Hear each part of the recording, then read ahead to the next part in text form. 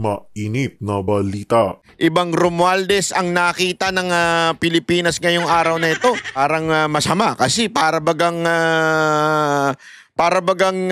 hindi nasunod yung kanyang pagtatantrums, hindi nasunod yung kanyang kagustuhan, kaya tila siya po ay may gagawing hakbang. Nako, di maganda yan. Speaker, alam mo, may kaugalian na kayo dyan sa kamera na pag hindi natupad yung inyong nais, kayo ay papatawag ninyo, ikukulong ninyo, ididemanda ninyo. Para bagang pag gusto ninyo, kailangan masunod at pag hindi nasunod, kailangan yung gantihan.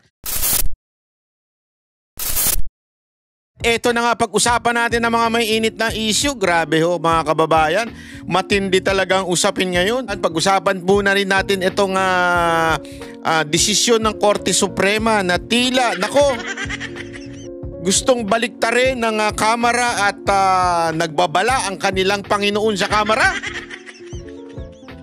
Ito ba'y babala o pagbabanta? Mamaya pagtitingnan natin yan. Kasi alam nyo mga kababayan, ibang Romualdez ang nakita ng Pilipinas ngayong araw na ito. Masama ba yung mabuti? Para sa akin, ewan ko ha. Parang masama kasi para bagang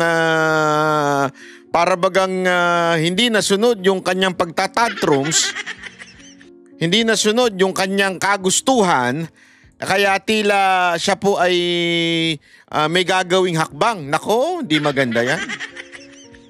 Alam mo, ikaw speaker, alam mo, may kaugalian na kayo dyan sa kamera na pag hindi natupad yung inyong nais, kayo ay papatawag ninyo, ikukulong ninyo, ididemanda ninyo. Para bagang pag gusto ninyo, kailangan masunod at pag hindi nasunod, kailangan yung gantihan. Naku, hindi magandang kaugalian yan kasi yan ang ugali ng mga diktador na pamumuno. Alam nyo, ayaw ng mga Pilipino yan, yung pagiging diktador. Diba? Hindi gusto ng mga Pilipino yan. Pero tila parang ganyan ang nangyayari ngayon. Hindi lamang po dito kay Speaker Romualdez, maging sa mga tao niya diyan sa loob ng Kamara, may ganong klaseng imahe na pag hindi nasunod, nagagalit. At pag hindi nasunod ay it's either papakontempt, ipapatawag, parang ganon. Naku po, patay tayo dyan. Pagka ganyan ng gayaan ng hindi sa totoo lang po magagalit po ang mga Pilipino diyan. Kasi ngayon nga, ano ba ang issue? Ang issue po kasi ngayon, mga kababayan, nagdesisyon na ang Supreme Court. Nagdesisyon na ang Supreme Court at sinasabi ang impeachment ay unconstitutional. Anong ibig sabihin ng unconstitutional? Ito'y labag. Etong sinasabing impeachment ay walang saysay. Hindi sinunod ang tamang kaparaanan o ang due process, kaya wala hong saysay, wala nang bilang, sabi nga, wala na ho. Finish na, ika nga. Yan ang sinasabi ng Supreme Court. At ang argument naman ng Kamara ay sinasabi nila na pagdating sa impeachment, ang sabi ng konstitusyon ay ang meron lamang kapangyarihan dyan ay Kamara. Hindi pwedeng pakialaman yan ng Supreme Court o ng Senado. Pagdating sa papasa ng impeachment doon sa impeachment court, which is the Senate. So sinasabi nila, ayon sa Constitution, according to the Constitution, they are saying that they are the only branch na may power doon. Ako. Mukhang hindi nila naiintindihan ng konstitusyon. Kasi alam niyo po, kahit kanino ninyong itanong, sabi nga ng isang abogado, na yan ay Law 101, that the Supreme Court is the arbiter pagdating sa pag-i-interpret ng o pagdidesisyon ng korte. Ibig sabihin po, pagdating sa pagdidesisyon sa batas, ang Supreme Court ang pinakakataas-taasan. Sila ang may final say.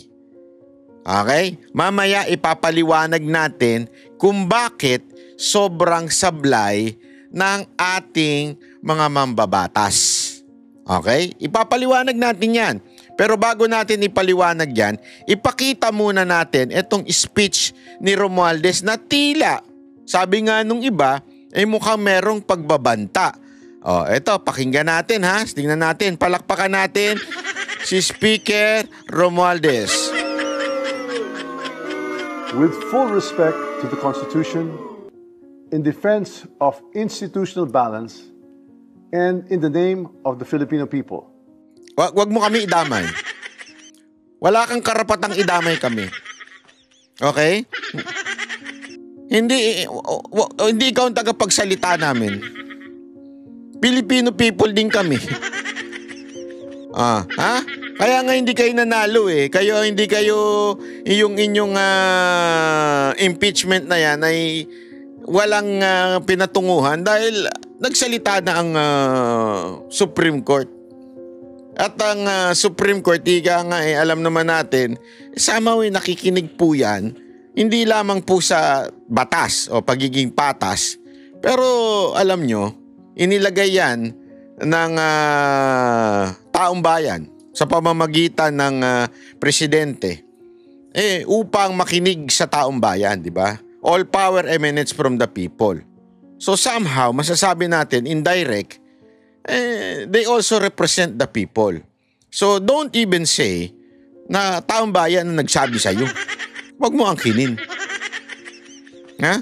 At sinasabi mo dyan, konstitusyon. Mamaya papaliwanag natin bakit sablay yan. The House of Representatives has filed a motion for reconsideration before the Supreme Court. This is not an act of defiance. It is an act of duty. We do not challenge the authority of the court. We seek only to preserve the rightful role of the House, the voice of the people, in the process of accountability. Hindi lang kayong the voice of the people. Alam naman natin kasi alam mo sasabihin ng iba, di ba? Kaya nga sila binoto ng taong bayan bilang representante. They are the voice of the people. Hindi. Marami sa inyo nanalo dahil nadaya o dinaya o nandaya o whatsoever. Alam natin yan. That's politics. Di ba sa Pilipinas, Comelec ang nagpapanalo. Alam natin yan. Yan ang talagang hindi natin pwede pagkaila mga kababayan. Comelec ang merong final say. Sila ang arbiter ng eleksyon. Yung kantalo na ipapanalo pa nila eh. So, wag ganun, sir. Let us be clear. The Constitution says the House of Representatives shall have the exclusive power to initiate all cases of impeachment. That power is not shared, not subject to pre-approval, and not conditional. Yet, in GR number 278353, the Supreme Court ruled otherwise, based on a misreading of facts and a retroactive imposition of the new rules. On February 5, 2025, the House transmitted the fourth impeachment complaint, filed and signed by 215 members, to the Senate. Only after this transmittal did we archive the earlier three complaints. The sequence matters. It proves there was only one valid initiation, not four. Even the court's own precedent, Francisco versus House, supports this. Only one impeachment can be initiated, and that initiation begins with a one-third endorsement or a referral. That is exactly what the House did. The court also said the Vice President was denied due process because she was not furnished a copy. So una muna, yung sinasabi niyang argument niya na yan daw po ay the sole power reside sa House of Representatives pagdating sa impeachment. At sinasabi niya dyan, pangalawa, pag hindi na-initiate, hindi po yun matatawag na pang-apat na impeachment. So, gina-justify niya yung ginawa nila na yung first, second, and third ay hindi initiate. So, ibig sabihin, walang first and second and third. So, yung fourth impeachment, supposedly, yun ang first impeachment. Kaya, they did not somehow commit yung 1-bar rule, di ba? Yung 1-year bar na dapat sa isang taon, isang beses lang pwede ng impeachment. So, hindi daw nila ikinumit yun na mali. Ibig sabihin, dahil since sa initiate, isa lang ang initiate nila, yung fourth impeachment. Yun ang kanilang interpretasyon. Pero ang interpretasyon ng Supreme Court ay, ang Supreme Court ay nagsasabing, hindi, pinasa sa inyo yung first, pinasa sa inyo yung second, pinasa sa inyo yung third, inupuan nyo itong tatlo na to, at yung pang-apat lamang ang pinaandar ninyo. So therefore, hindi ninyo sinunod yung 1-year bar, di ba? So, mali kayo, sablay kayo. Yun ang sinasabi ng Supreme Court. Pero iba ang argument ni Speaker. Or given a chance to respond. But nowhere in the Constitution is that required before transmittal. So ito naman, yung pangalawa namang argumento niya, na tinatabla rin niya yung argumento ng Supreme Court na dapat sa isang pasagutin si BP Sara in this instance na impeachment, pasagutin siya sa sa Committee on Defense, di ba? Committee on Justice pala. Kailangan sumagot, yun ang sinasabi ng Supreme Court. Pero sabi niya, so far sa lahat daw ng mga impeachment na dumaan sa Congress o sa House ay hindi daw pinasagot. Ibig sabihin, hindi na binigyan ng opportunity kung sino man yung quote-unquote ini-impeach. Okay? Ayan. Tuloy natin. In fact, in all past impeachments, the trial and the right to be heard take place in the Senate. To invent new rules now and apply them retroactively is not just unfair, it is constitutionally suspect. Let me say that. So parang sinasabi, may bago daw batas na ipinatupad ng Supreme Court na dapat pasagutin yung ini-impeach. Kasi yung mga nakaraan daw, hindi naman daw ginawa yon. With candor, a government of laws cannot allow any branch to become the judge of its own accountability. The Supreme Court is a co-equal branch of government. Its wisdom is deep, its authority is real. But its members, like the President and the Vice President, are also impeachable officers. When the court lays down rules for how it or others like it may be impeached, it puts itself in the dangerous position of writing conditions that may shield itself from future accountability. That is not how checks and balances work. We filed this motion for reconsideration not to provoke, but to protect. Not to assert supremacy, but to restore balances. Because if impeachments can be blocked by misunderstood facts or rules made after the fact, then accountability is not upheld, it is denied. To dissent is not to defy. To demand accountability is not to destabilize.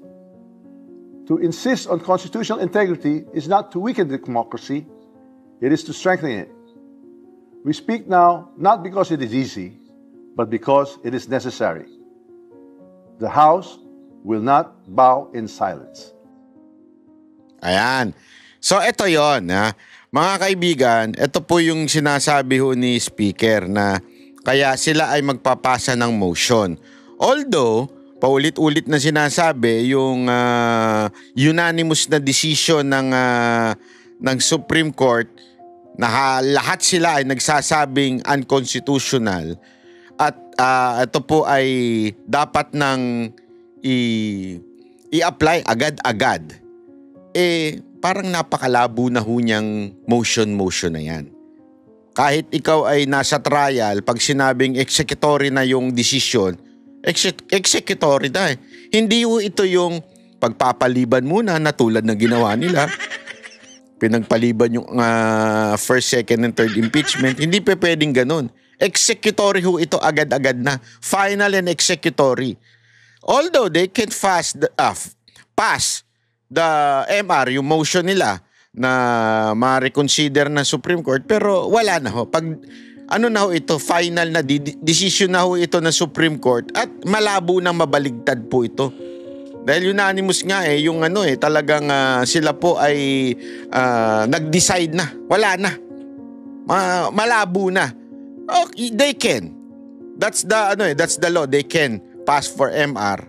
Pero malabo pa siya, malabo itong babaligtad pa ang desisyon ng korte. Alam niyo mga kababayan, ipaliwanag lang natin ng bahagya ho itong issue na ito. Kasi alam nyo, napakarami ko na ding tinanong na abogado dito. Nakipag-argue pa ako na ang argument na ginamit ko, yung argument na ginagamit ng mga congressman at nito ni speaker. Para ang sabi kasi, di ba, na parang pagdating sa impeachment issue, okay? Pagdating daw sa impeachment issue, ang magdidesisyon lang yan ay ang House. Yung pagdating sa impeachment article. Ibig sabihin, yung kaso, pagdating sa impeachment, ang pwedeng magdesisyon lang daw. Okay? According to them, ay sila. Kanino nila binase yon? Sa konstitusyon. Okay? Ulitin natin, ano ba yung konstitusyon? Ito yung pinanghahawakan. Ito yung pinaka-backbone. Para bagang ito yung pag wala to, bagsak ang Pilipinas, bagsak ang bansa. Ito kasi yung pinaka-backbone ang konstitusyon. Diyan daw nila binase yung sila lang ang katangi-tanging merong karapatan pagdating sa impeachment. Ano punto ng Supreme Court? Ang punto ng Supreme Court at ng karamihang na abogado na walang kulay at politika, pagdating sa interpretasyon ng konstitusyon, ang nag-i-interpret po niyan ay ang Supreme Court. So kahit sabihin ng Congress, according to the Constitution, kami lang ang may kapangyarihan. Yan ang kanilang pagkaintindi. Kaya nga, according to the Constitution itself, Article 8, kung titingnan nyo, babasahin nyo ho yan, kung ano ang kapangyarihan ng Supreme Court. Pag kahit anong issue, pagdating sa batas, especially the Constitution, ang final say at final na mag-i-interpret niyan, walang iba kung hindi Supreme Court. So therefore, yung sinasabi ng Kamara, oy, sandali, kami lang ang may karapatang pagdating sa impeachment ayon sa konstitusyon.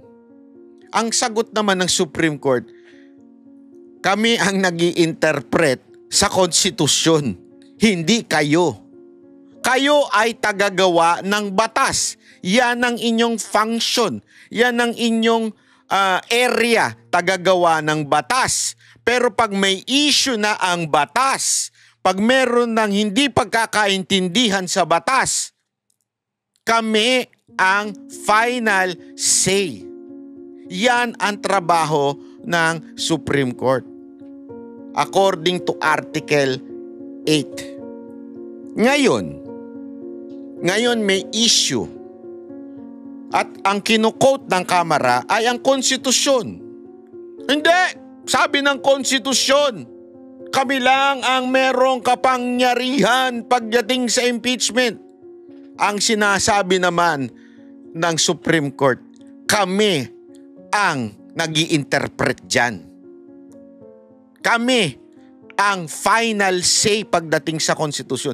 Kasi hindi pwedeng lahat ng branches of government sasabihin nila, sandali, according to the Constitution, Sandali, tama ba intindi mo dun sa konstitusyon? Kung mali, sino magsasabi kung tama o mali yung pagkaintindi mo? Sige nga ho. Don't tell me you are a perfect branch of the government at pwede mong sabihin, hindi, hindi kayo ang gumagawa. Pero hindi kayo ang final say pag nagkaka-issue sa konstitusyon. Kaya nga, pansinin ninyo, gagawa sila ng batas, ang legislative branch, House and the Senate. Gagawa sila ng batas. Tapos may mga magrereklamo sa Supreme Court. Ibig bang sabihin nun, ino-overpower ng Supreme Court ang ginawang batas ng House at saka ng Senate? Hindi. It's just a matter of sila kasi ang nag-i-interpret ng konstitusyon. Sila magsasabi, wait, yung batas na yan ay unconstitutional. Hindi according sa konstitusyon. Someone has to interpret the Constitution. And that's the role of the Supreme Court. Kaya nga, alam mo, yung mga nagsasabing, sandali, sabi ng konstitusyon, kami ang may katangi-tanging may karapatan. Ngayon nga, iba na ang linya nila . Ang linya nila, di ba sabi ng konstitusyon that the sole authority in terms of the impeachment is the Senate? Kasi nakalagay dun, the Senate has the sole authority on the impeachment. So Senate yan, ang linaw sa konstitusyon. Pero wait, don't ever forget, the Supreme Court will be the one to interpret it. Finality. Tama ba ang paggamit ng konstitusyon na ito, itong batas na ito, doon sa paliwanag nito? Sila lang ang may pwedeng magsabi na oo, constitutional yan. Hindi constitutional, unconstitutional yan sinasabi mo. Sila lang ho ang may final say dyan. Nagigets ho natin kasi minsan nako-confuse tayo dun sa mga quote-unquote constitutional luminaries, mga ganyan-ganyan na mga, kasi may kulay huyo mga yun. Pansinin ninyo yung mga may kulay na ini-interview na mga media, puro pinklawan, dilawan, makakaliwa, puro yun ang mga ini-interview nila. Naturalmente, na yung kanilang utak. Iba na yung kanilang leaning. Etong Supreme Court, they are objective. Objective po sila, kaya nga yung binibintang nila na kesyo maka-Duterte daw yan kasi in-appoint. Hindi pwedeng maka-Duterte yan dahil the Duterte has no longer power in this country. Nandun na nga sa ibang bansa, dinala nyo na, dinukot nyo na lahat . Paano pa magkakaroon ng power yan? Wala nang power ang Duterte. Alam natin yan dahil sa ginawa ng administrasyon na ito. So hindi pwedeng matatakot na Supreme Court kay Duterte? Dinala nyo nga, hindi nga sila nangialam . Di ba? Bakit? Kaya ibig sabihin nun mga kababayan, walang takutang nangyari na tinakot ang mga Duterte na para hindi matuloy impeachment ni VP Sara. Walang ganun. Kaya lang, kasi sila talaga ang nakakaintindi at sila ang may final say pagdating sa konstitusyon. Eto ho, this is a issue ng konstitusyon kung sino ang masusunod. Tama bang nasunod ba yung ginawa ng Kamara sa impeachment? Yan po ba ay naaayon sa konstitusyon? Sino magsasabi? Kamara o Senado? O ang Presidente? O ang Supreme Court? Sino may function? Sino ang merong kapangyarihan magdesisyon pagdating sa konstitusyon? Hindi ang Senate, hindi ang Kamara, hindi ang Presidente, kung hindi ang Supreme Court. That's their job. Yun ang kanilang definition. Yes, tama si Speaker, equal branch sila.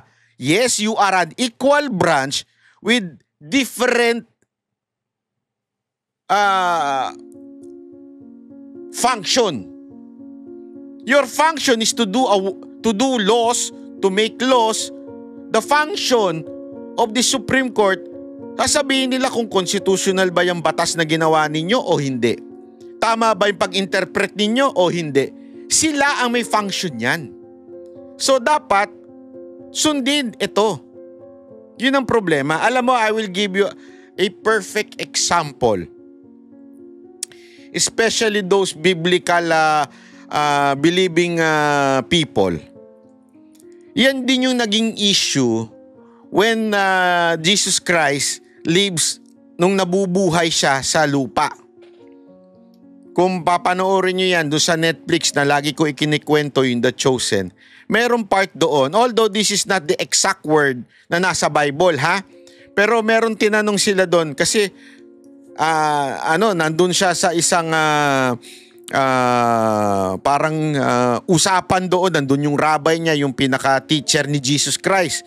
Pas pinagmalaki pa siya nung una, tapos biglang tinanong siya, kasi bakit iba yung interpretasyon?